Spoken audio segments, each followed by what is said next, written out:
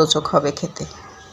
ভালো করে সসটা দিয়ে আগে সেট করে দেন এটার উপরে আমরা আমাদের ঘরে করা চিজ, আপনি চাইলে মোজারেলা কিনেও দিতে পারেন, নর্মাল চিজ ইউজ করতে পারেন। তবে চিজ যত বেশি দেবেন এটা খেতে ততটাই বেশি ভালো লাগবে। চিজের উপরেই পিৎজার স্বাদটা চলে আসে। গ্রেট করে রেখেছিলাম, গ্রেট চিজ দিয়ে দিচ্ছি। পুরোটা এভাবে সেট করে গ্রেট চিজ দিয়ে এখন আমি চিকেনটা দিয়ে দিচ্ছি। চিকেনগুলো আমি কিউব করে বড় বড় করে কেটে নিয়েছি। আপনারা যেভাবে খুশি আপনার মন মতো কেটে নিতে পারেন।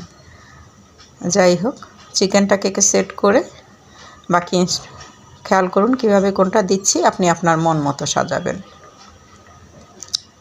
টমেটোটাকে ডেকোরেশনের জন্য ইউজ করছি, জাস্ট সাথে মুখে বাইটে পড়বে, তখন ভালো লাগবে খেতে।